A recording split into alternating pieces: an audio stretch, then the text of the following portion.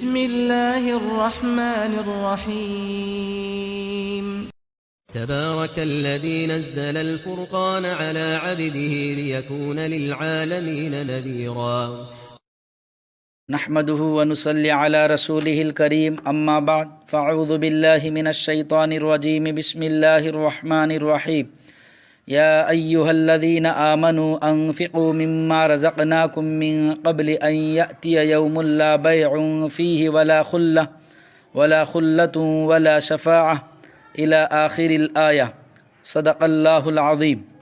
میرے بھائیوں بہنوں، اللہ پاک سورہ بقرہ کی اس آیت شریفہ میں یہ بیان فرما رہا ہے، اے ایمان والو خرچ کر لو ان چیزوں میں سے جو ہم نے تم کو دی ہے، اس سے پہلے کہ وہ آ جائے جس میں نہ خرید و فروخت ہو سکتی ہے، نہ دوستی ہو سکتی ہے، نہ کسی کی سفارش چلے گی۔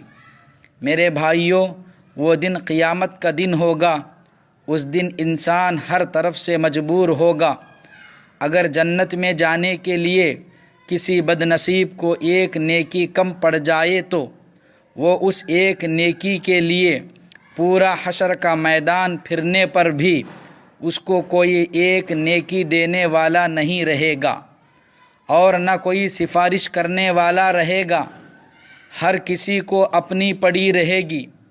جو میاں بیوی دنیا میں بڑی پیار و محبت سی زندگی گزارے ہوں گے، کبھی ایک لمحے کے لیے بھی جدائیگی برداشت نہیں کیے ہوں گے، اس طرح پیار و محبت سے زندگی گزارے ہوئے میاں بیوی بھی حشر کے میدان میں ایک دوسرے کو دیکھ کر بھاگیں گے، چھپنے کی کوشش کریں گے۔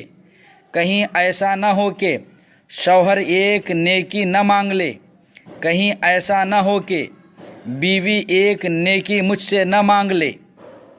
میرے بھائیوں، نبی علیہ السلام کو اپنی بیٹی فاطمہ سے کتنی محبت تھی۔ نبی علیہ السلام نے فرمایا، فاطمہ میرے دل کا ٹکڑا ہے، جو کوئی فاطمہ کو دکھ پہنچایا گویا وہ مجھے دکھ پہنچایا۔ کسی باپ نے آپ صلی اللہ علیہ وسلم سے بڑھ کر اپنی بیٹی سے پیار نہیں کیا ہے۔ اس طرح پیار کرنے والے نبی ایک مرتبہ فرمایا، بیٹی فاطمہ اس خیال میں نہ رہنا میں محمد کی بیٹی ہوں، حسنین کی ماں ہوں، علی کی بیوی ہوں۔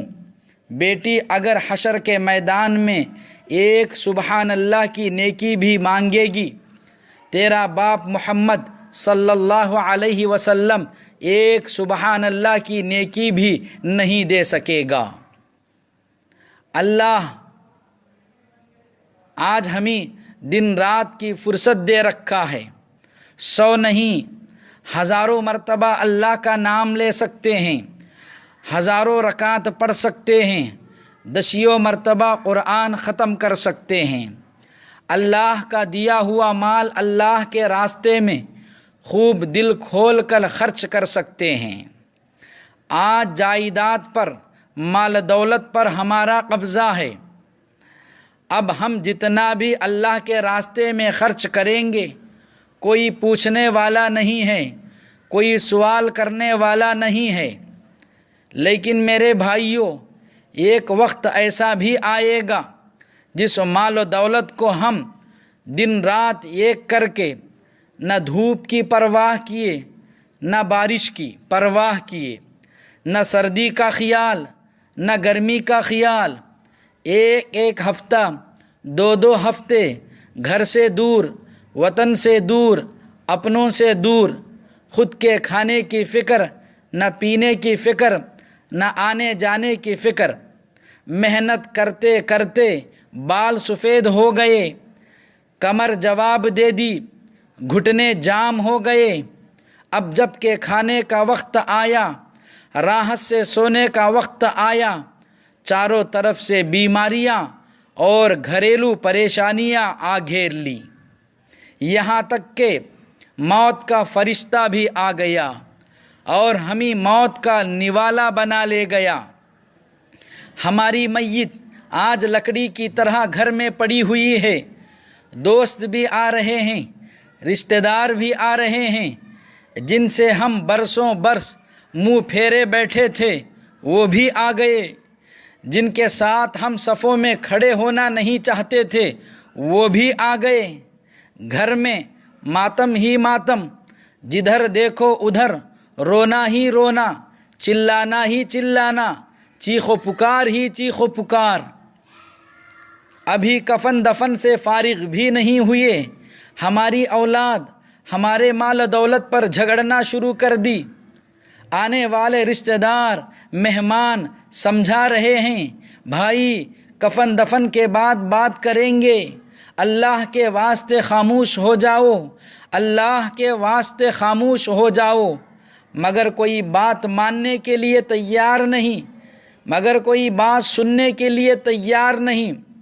ہر کسی کا دعویٰ یہ ہے کہ یہ میرا وہ تیرا، یہ لے لو وہ دے دو، اور یہی اولاد ہمارے محنت سے کمائے جمائے پیسوں کو ہمارے نام پر اللہ کے راستے میں خرچ کرنے کے لیے اور خود کی ماں کو دینے کے لیے دل چرانے لگے۔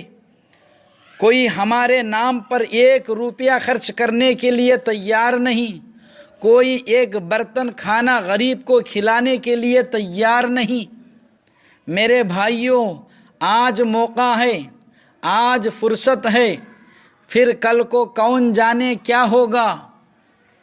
میرے بھائیوں بہنوں، جن ماؤں کے گودوں میں کل تک ہم لوگ کھیلا کودا، جن باپوں کے کندھوں پر سوار ہوئے تھے، دیکھتے دیکھتے انہیں اپنے ہی ہاتھوں سے دفن کر کے آ گئے۔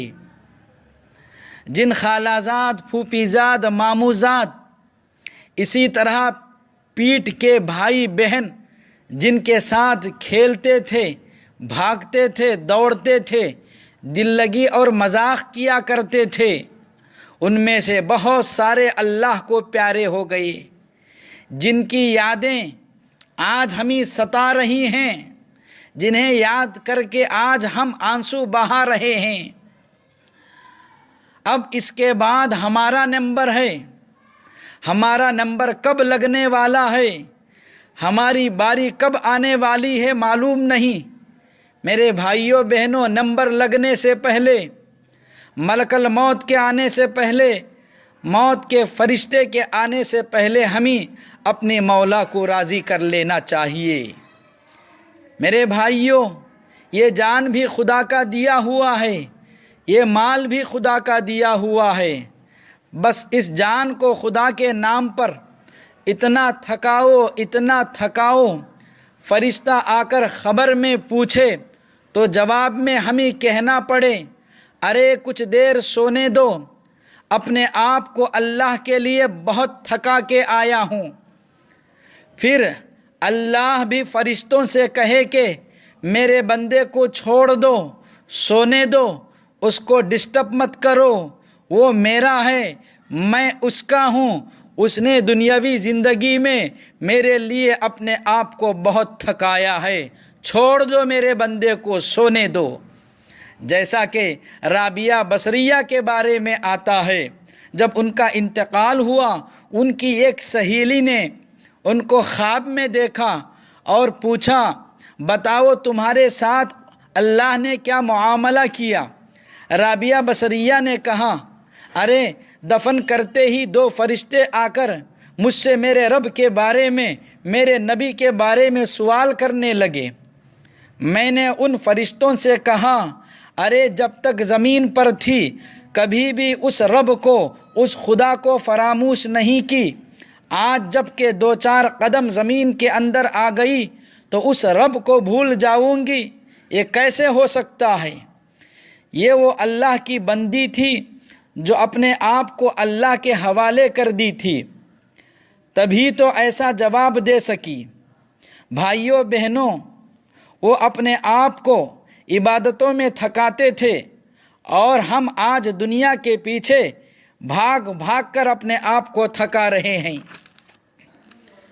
پھر یہ مال جو ہمارے پاس ہے، میرے بھائیوں بہنوں، یہ بھی خدا کا دیا ہوا ہے، اس کو اللہ کے مرضی کے مطابق خرچ کرو، اتنا دو کہ اللہ بھی راضی ہو جاوے اور اللہ کے بندے بھی خوش ہو جاوے۔ فراوانی میں بھی دو اور تنگی میں بھی دو۔ جو بندے تنگ دستی میں بھی اللہ کے نام پر خرچ کرتے ہیں، اللہ انہیں بہت پسند فرماتا ہے۔ اور آپ صلی اللہ علیہ وسلم نے فرمایا، سب سے افضل صدقہ یہ ہے کہ آدمی تنگی کے حالت میں خرچ کرے، وہ صدقوں میں سب سے افضل صدقہ ہے۔ ایک مرتبہ حضرت فاطمہ رضی اللہ تعالی عنہا آپ کے گھر آئی۔ آقا نے پوچھا، بیٹی کیسے آنا ہوا؟ فاطمہ نے دوپٹے کا ایک پلو کھولا، اس کے اندر آدھی روٹی تھی، اس کو آپ کے خدمت میں پیش کی اور کہا، ابا حضور میں آپ کے لیے تحفہ لائی ہوں۔ آقا نے پوچھا، بیٹی بات کیا ہے؟ کہا، اے اللہ کے نبی، ہم کئی دن سے بھوکے تھے، حضرت علی نے کچھ کام کر کے جو لے آئے، میں نے اس کو پیس کر آٹا بنایا، اس آٹے سے 5 روٹیاں بنی، ایک حسن کو دی اور ایک حسین کو دی اور ایک علی کو اور ایک فقیر کو دے دی اور ایک روٹی میرے حصے میں آئی۔ جب میرے حصے کی روٹی کھانے کے لیے بیٹھی تو ابا حضور آپ یاد آ گئے، معلوم نہیں ابا حضور کو کھانے کے لیے کچھ ملا یا نہیں۔ میرا دل گوارا نہیں کیا کہ آپ کو چھوڑ کے کھاؤں، اس لیے اس میں سے آدھی روٹی آپ کے لیے لائی ہوں۔ آپ نے یہ سن کر فرمایا، میری بیٹی قسم ہے اس ذات کی جس کے قبضے میں میری جان ہے، تیرے باپ کو کھائے 3 دن گزر گئے، 3 دن سے کھانے کا ایک لقمہ تک تیرے باپ کے پیٹ میں نہیں گیا۔ اللہ اکبر کبیرہ۔ میرے بھائیوں بہنوں، اللہ کے نبی اور آپ کے صحابہ ہر حال میں اللہ کے نام پر خرچ کیا کرتے تھے، خود کو بھوکا رکھ کر، خود کے بیوی بچوں کو بھوکا رکھ کر مہمانوں کو کھلایا کرتے تھے۔ میرے بھائیوں، یہ رمضان کا مہینہ ہے، اس مہینے میں اپنے آپ کو عبادتوں کے ذریعے سے تھکاؤ اور اللہ کے دیے جان مال کو اللہ کے راستے میں خوب خرچ کرو۔ اور جو حضرات صاحب نصاب ہیں، وہ حضرات باقاعدہ حساب لگا کر اپنی زکوٰۃ ادا کریں۔ انشاءاللہ اگلے بیان میں اللہ کے راستے میں خرچ کرنے کے فضائل اور زکوٰۃ کے فضائل اور مقدار زکوٰۃ بیان کروں گا۔ اللہ پاک سے دعا کرے کہ اللہ پاک ہم سب کو ان سنی ہوئی باتوں پر عمل کی توفیق نصیب فرماوے۔ السلام علیکم وآخر دعوانا ان الحمد للہ رب العالمین۔